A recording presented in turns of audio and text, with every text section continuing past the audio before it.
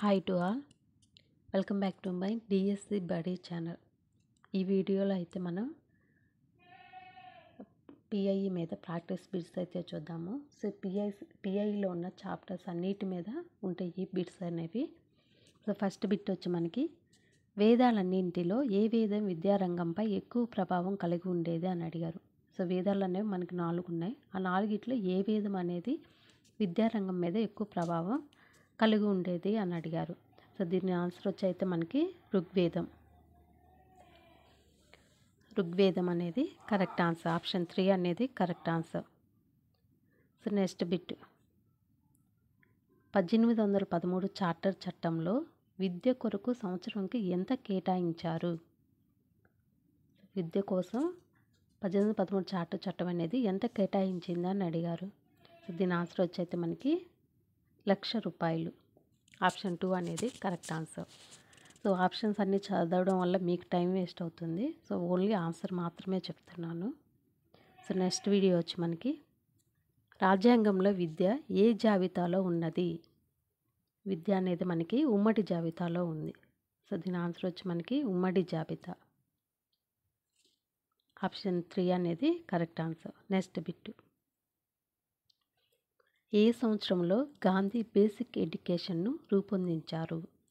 So ఏ సంవత్సరంలో రూపొందించారంటే 1937. Option 2 అనేది correct answer. Next bit బడిలో పిల్లలు ఎంతకంటే తక్కువ ఉంటే ఏకోపాధ్యాయ పాఠశాలలో నిర్వహిస్తారు. సో పాఠశాలలో 30 మంది కన్నా తక్కువ పిల్లలు కనుక ఉంటే ఎంతమంది తక్కువ ఉంటే ఒక్కోపాధ్యాయుడు పాఠశాల నిర్వహిస్తారని అడిగారు. సో మనకి 30 మంది కనుక తక్కువ ఉంటే కనుక ఏకోపాధ్యాయ పాఠశాలలు అనేవి నిర్వహిస్తారు. ఆప్షన్ 1 అనేది correct answer. Next bit school బ్యాగ్ను రాజ్యసభ మధ్యలో సభ్యులందరికీ తెరిచి చూపించిన సభ్యుడు ఎవరు అని అడిగారు. సో ఎవరంటే ఆర్కే నారాయణ్. ఆప్షన్ 2 అనేది కరెక్ట్ ఆన్సర్. నెక్స్ట్ బిట్ వచ్చి మనకి భారతదేశంలో మొదటిసారిగా సంపూర్ణ అక్షరాస్యత సాధించిన జిల్లా ఏది అడిగారు. సో సంపూర్ణత అక్షరాస్యత సాధించిన జిల్లా అనేది ఎర్నాకుళం. ఆప్షన్ 2 అనేది కరెక్ట్ ఆన్సర్. నెక్స్ట్ బిట్ కేంద్ర ప్రభుత్వం జాతీయ బాలల విధానాన్ని ఎప్పుడు ప్రకటించింది? సో ఎప్పుడు ప్రకటించిందని అడిగారు. సో ఎప్పుడంటే 1974. ఆప్షన్ 3 అనేది కరెక్ట్ ఆన్సర్. నెక్స్ట్ బిట్ ప్రతి విద్యార్థి ఇంటికి కిలోమీటర్ దూరంలో ప్రాథమిక పాఠశాల ఉండాలని సూచించిన కమిటీ ఏంటి? సో సూచించిన కమిటీ ఏంటంటే మనకి జనార్దన్ రెడ్డి కమిటీ. ఆప్షన్ 1 అనేది కరెక్ట్ ఆన్సర్. నెక్స్ట్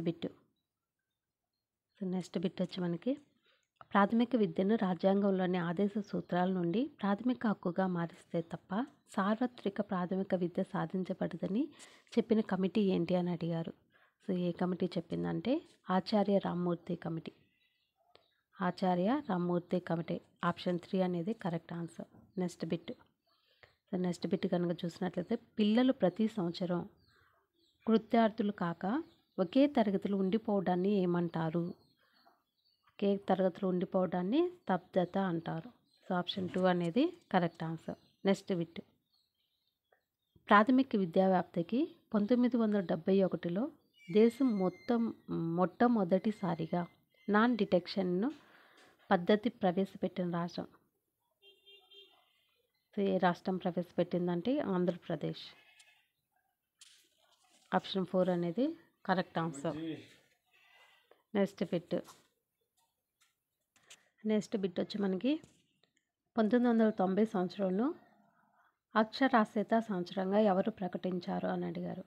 సో ఎవరు ప్రకటించారంటే ఐక్యరాజ్య సమితి. ఆప్షన్ 3 అనేది correct answer. Next bit English అధికార భాషగా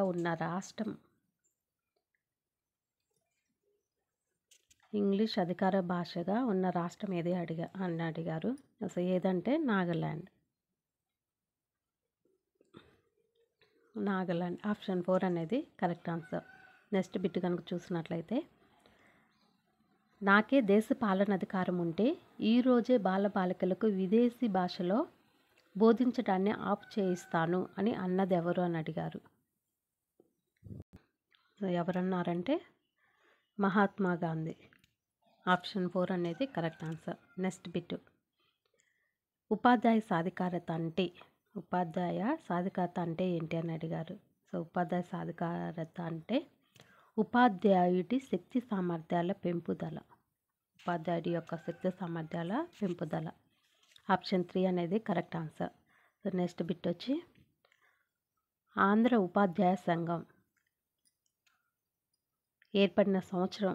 ఆంధ్ర ఉపాధ్యాయ సంఘం ఏర్పడిన సంవత్సరం ఎప్పుడు, ఏ సంవత్సరంలో ఏర్పడింది అని అడిగారు. సో దీని ఆన్సర్ వచ్చి మనకి 1924, 1924 సంవత్సరం. ఆప్షన్ 2 అనేది correct answer. So next bit వచ్చి డైట్ల స్థాపన ఏ సంవత్సరంలో జరిగింది అని అడిగారు. డైట్ల స్థాపన ఈ సంవత్సరంలో జరిగింది. సో ఏ సంవత్సరంలో అంటే 1990 సంవత్సరంలో జరిగింది. ఆప్షన్ 1 అనేది correct answer. So next bit వచ్చి ఎన్సీఆర్టీ స్థాపన సంవత్సరం. ఎన్సీఆర్టీ ఏ సంవత్సరంలో స్థాపించారని అడిగారు. సో ఏ సంవత్సరం అంటే 1961. 1961. ఆప్షన్ 1 అనేది కరెక్ట్ ఆన్సర్. నెక్స్ట్ బిట్ వచ్చి పాఠశాలలో నిర్వహించే అతి విస్తృతమైన రిజిస్టర్, ఎక్కువగా ఉపయోగించే రిజిస్టర్ ఏంటి పాఠశాలలో అని అడిగారు. సో ఎక్కువగా ఏది ఉపయోగిస్తారంటే ప్రవేశ నిర్ణయాక రిజిస్టర్.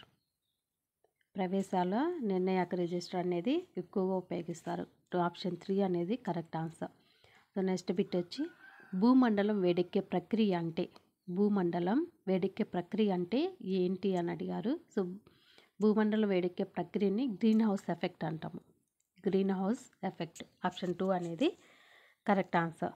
సో నెక్స్ట్ బిట్ వచ్చి మనకి మన ముందున్న సమస్యలు చాలా పెద్దవి, వాటిని అవగాహన చేసుకోవడానికి జ్ఞానం మనకు చాలా తక్కువగా ఉందని అన్నది ఎవరు అని అన్నారు. సో ఎవరన్నారంటే మనకి ట్రావెన్సో అన్నారు. ఆప్షన్ 3 అనేది correct answer. So next bit వచ్చి తొలిసారిగా మానవ పర్యావరణ పరిస్థితులపై ఐక్యరాజ్య సమితి ఆధ్వర్యంలో సమావేశం జరిగిన సంవత్సరం ఎప్పుడు అని అడిగారు.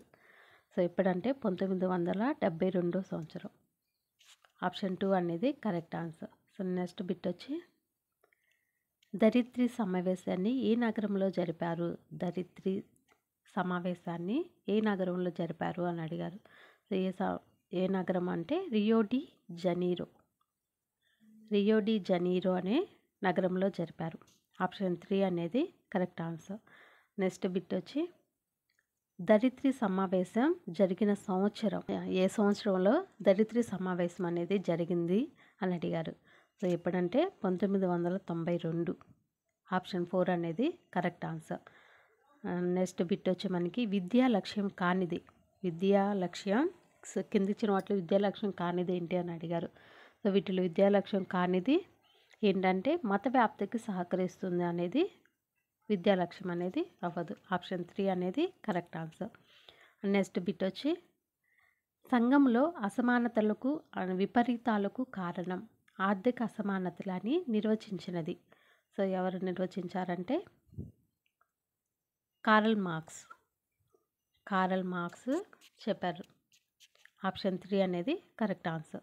సో నెక్స్ట్ బిట్ వచ్చి ప్రజల చేత ప్రజల కొరకు నిర్వహించే ప్రభుత్వం ప్రజాస్వామ్యం అని నిర్వచించినది ఎవరు అని అడిగారు. సో ఎవరు చెప్పారు మనకి ప్రజల చేత ప్రజల కొరకు నిర్వహించే ప్రభుత్వమే ప్రజాస్వామ్యం అని నిర్వచించినది ఎవరంటే అబ్రహం లింకన్.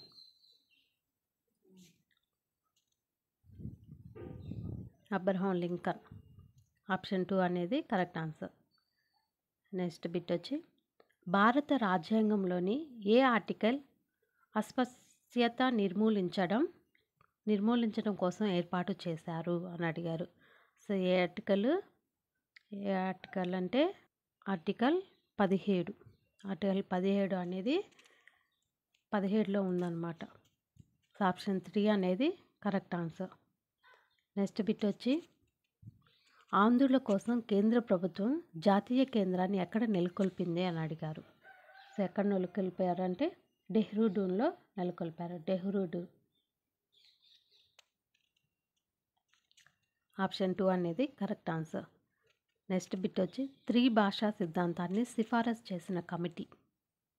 త్రిభాషా సిద్ధాంతాన్ని సిఫారసు చేసిన కమిటీ ఏది అని అడిగారు. సో ఏ కమిటీ సిఫారసు చేసిందంటే మనకి Kothari commission. Kothari commission. Option 3 అనేది కరెక్ట్ ఆన్సర్. నెక్స్ట్ బిట్ వచ్చి జనాభా అభివృద్ధిపై అంతర్జాతీయ సదస్సులో ప్రజలు జాతికి ఒక విలువైన వనరు అని చెప్పినది ఎవరు అని అడిగారు. సో ఎవరు చెప్పారంటే కైరో సమావేశం చెప్పారు. ఆప్షన్ 3 అనేది కరెక్ట్ ఆన్సర్. నెక్స్ట్ బిట్ వచ్చి భారతదేశంలో గొప్ప విభాజక సంవత్సరం 1921. ఆప్షన్ 1 అనేది కరెక్ట్ ఆన్సర్. నెక్స్ట్ బిట్ వచ్చి 2011లో భారతదేశ జనాభా ఎంత అని అడిగారు. సో 2011 ప్రకారం అయితే భారతదేశ జనాభా 121 కోట్లు. ఆప్షన్ 1 అనేది కరెక్ట్ ఆన్సర్. నెక్స్ట్ బిట్ ఎక్కువ అక్షరాస్యత కలిగిన రాష్ట్రం 2011 ప్రకారం ఎక్కువ అక్షరాస్యత కలిగిన రాష్ట్రం ఏది అని అంటే కేరళ. నెక్స్ట్ బిట్ వచ్చి ప్రస్తుతం చైనా జనాభా అని అడిగారు. సో ఇది కూడా 2011 ప్రకారమే ఈ బిట్టు కూడా మనకి. సో 2011 ప్రకారం 136 కోట్లు. ఆప్షన్ 4 అనేది కరెక్ట్ ఆన్సర్. నెక్స్ట్ బిట్ వచ్చి జాతీయ అక్షరాస్యత మిషన్ను ఎప్పుడు ఏర్పాటు చేశారు అని. జాతీయ అక్షరాస్యత మిషన్ను ఏ సంవత్సరంలో ఏర్పాటు చేశారు. సో ఏ సంవత్సరంలో ఏర్పాటు చేశారంటే 1988. ఆప్షన్ 2 అనేది కరెక్ట్ ఆన్సర్. నెక్స్ట్ బిట్ వచ్చి ప్రత్యేక విద్య అనేది కేవలం మానవత్వపు పునాదుల మీదనే కాకుండా దాని ప్రయోజనం ఆధారంగా రూపొందించడం జరగాలి అని నిర్వచించినది ఎవరు అని అడిగారు. సో ఎవరంటే కొఠారి కమిషన్. ఆప్షన్ 1 అనేది కరెక్ట్ ఆన్సర్. నెక్స్ట్ బిట్ వచ్చి దృష్టి లోపం గలవారు రాసుకునే లిపి. దృష్టి లోపం అంటే కళ్ళు కనపడిన వారు రాసే లిపి ఏంటి అని అడిగారు. సో ఇది మనందరికీ తెలుసు కదా, బ్రెయిలీ లిపి. ఆప్షన్ 3 అనేది కరెక్ట్ ఆన్సర్. నెక్స్ట్ బిట్ వచ్చి మనకి బుద్ధిమాంద్యులకు చిన్న చిన్న సరళమైన పాటలు పద్యాలను పాడటం, నటించడం, అభినయించడం నేర్పడం వలన ఎలాంటి లాభాలు చేకూరుతాయి అని అడిగారు. సో ఎలాంటి లాభాలు చేకూరుతాయి అంటే వాళ్ళకి సంఘీభావం, ఐక్యత అనేది ఉంటుంది, భాష అనేది అభివృద్ధి అవుతుంది, సామాజిక స్పృహ అనేది ఉంటుంది. సో పైవన్నీ అనేది కరెక్ట్ ఆన్సర్ అవుతుంది.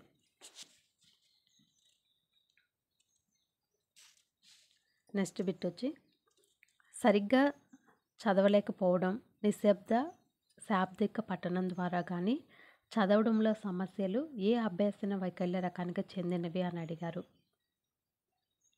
సో దీనికి ఆన్సర్ వచ్చి మనకి పఠన వైకల్యం.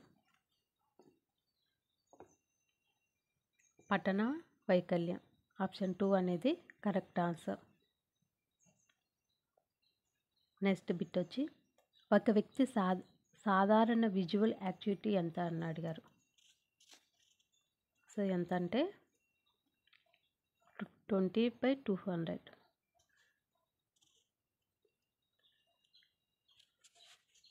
ఆప్షన్ 1 అనేది correct answer. So next bit వచ్చి జ్ఞాన ప్రక్రియలో అత్యధిక స్థాయిగా ఉపయోగపడే జ్ఞానేంద్రియం ఏంటి. జ్ఞాన ప్రక్రియలో అత్యధిక స్థాయిగా ఉపయోగపడే జ్ఞానేంద్రియం ఏంటి అని అడిగారు. సో ఎక్కువగా ఉపయోగపడేది ఏంటంటే మనకి కన్ను అనేది ఎక్కువగా అత్యధిక స్థాయిగా ఉపయోగపడే జ్ఞానేంద్రియం.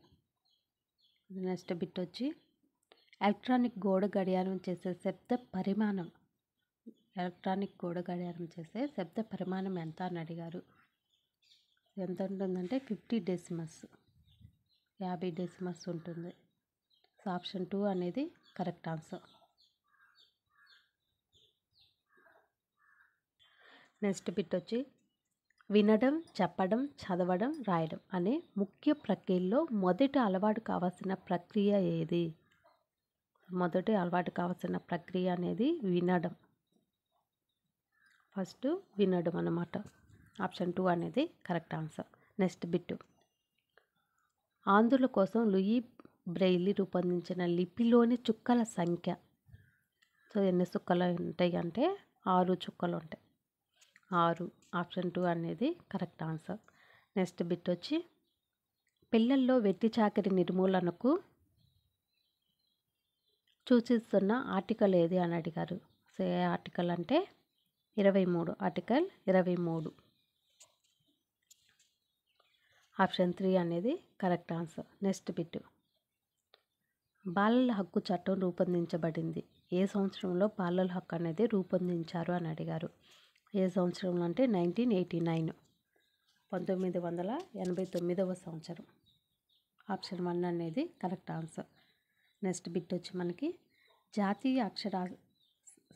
జాతీయ సాక్షరతా మిషన్ ఎప్పుడు ఏర్పాటు చేశారు అని అడిగారు.